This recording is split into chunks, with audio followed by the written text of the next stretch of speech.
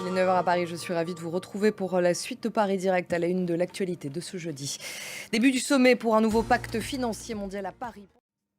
Le sommet pour un nouveau pacte financier mondial débute aujourd'hui à Paris, un sommet proposé et voulu par Emmanuel Macron, mais aussi par la première ministre de la Barbade, Maya Mottley.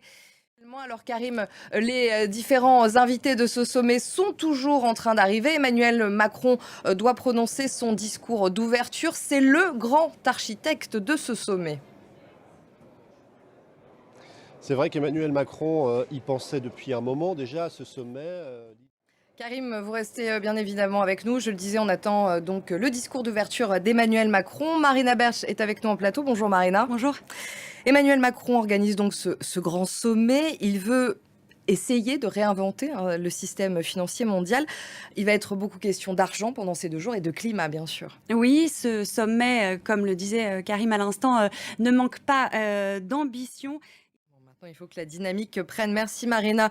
Vous restez bien sûr en plateau avec nous. On attend toujours l'allocution du discours d'ouverture d'Emmanuel Macron pour ce sommet. En attendant, on va passer au reste de l'actualité. Juste avant, je vous annonce qu'Emmanuel Macron répondra à France 24 et RFI France Info. Ce sera à 8h30 demain, heure de Paris. On prend la direction du Brésil. Jair Bolsonaro est en difficulté puisqu'aujourd'hui débute un procès qui pourrait lui valoir 8 ans d'inéligibilité et donc le priver du scrutin présidentiel de 2026. L'ancien président est accusé d'abus de pouvoir et de désinformation. On voit ça en détail avec Laura Odo. Les violences se poursuivent en Cisjordanie. 3 Palestiniens ont été tués par une frappe de drone israélien. Selon Sal, ces hommes étaient des membres d'une cellule terroriste. Les attaques contre des colons ou des civils israéliens se sont multipliées et intensifiées depuis un an, comme nous l'explique notre correspondante à Jérusalem, Claire Duhamel. Où se trouve Titan, le sous-marin parti explorer l'épave du Titanic avec à son bord 5 personnes. Les recherches se poursuivent dans l'océan Atlantique car les heures sont comptées. À la mi-journée, l'oxygène manquera. Mathieu Boisseau.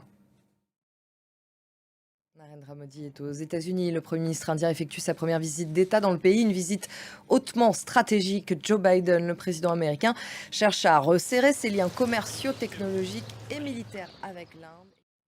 Aux États-Unis, la très attendue draft de la NBA aura lieu ce soir. Un nom est sur toutes les lèvres, Victor Wembanyama, un jeune basketteur français de 2,22 m. La draft de la NBA devrait l'envoyer en première position au San Antonio Spurs. Il a fait une arrivée très remarquée à New York hier, attendue par ses plus grands fans. Jade Lévin.